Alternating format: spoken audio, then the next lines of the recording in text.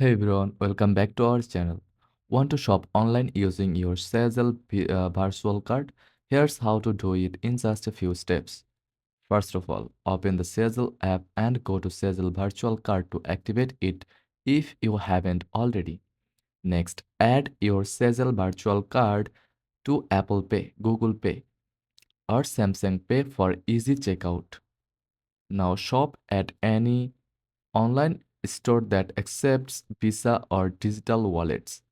Add your items to the cart as usual.